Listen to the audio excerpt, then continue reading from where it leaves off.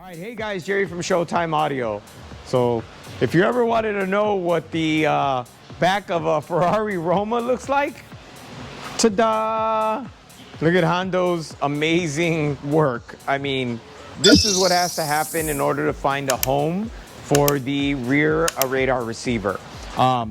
Now, this car has no space. I mean, there is basically no real estate behind this bumper. I mean, you're talking about there's that much space between the actual body and most of the bumper, the physical bumper itself, right?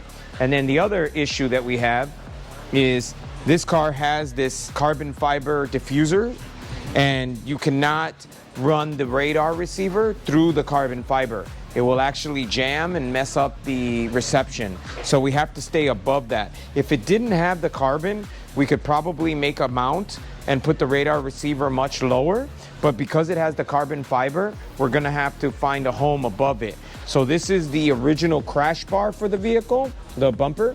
And there's this small space here, and we're gonna make a bracket, and the rear radar receiver will live in this space. Also, we have to figure out a way to get all the wires for the rear laser heads. So that's why he has all this apart. Now this has a movable wing, so that's what this motor is. So we have to take all that into account when we're running our wiring. So all our wiring has to go through this harness into here, and then to the trunk lid right here where all the laser heads are gonna live. So, and right now we have to figure out a way to get the wires from inside of the cabin out to the front end. So, and as you know, we love to follow the factory harnesses. We don't like to make new holes and just run wires wherever. We like to follow the original harnesses, again, especially on the higher end vehicles, because there's a lot of thought that goes into running these harnesses. As you can see, and you see they're all braided or Tessa taped, and then they're routed in this particular way because obviously this car, this engine, puts out a ton of heat and there's a ton of moving parts. So by us following the factory harness, there's no chance of it getting melted or pinched or pulled or anything, right?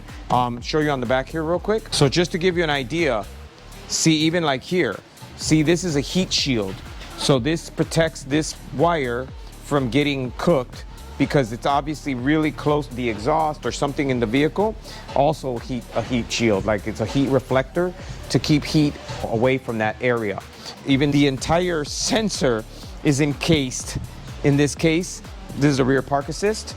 The entire sensor is encased in this. So obviously that tells you where we need to stay away from in the vehicle because it's obviously a section of really, really high heat. There's technically a lot of thought that goes into placement for these things, right? Why not use the people that designed and built the car? So they designed, built, and tested all this stuff, right?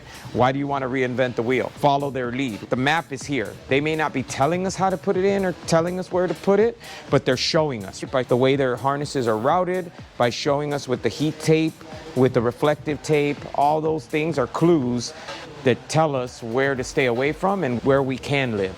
Visit our website at showtimeaudiochicago.com.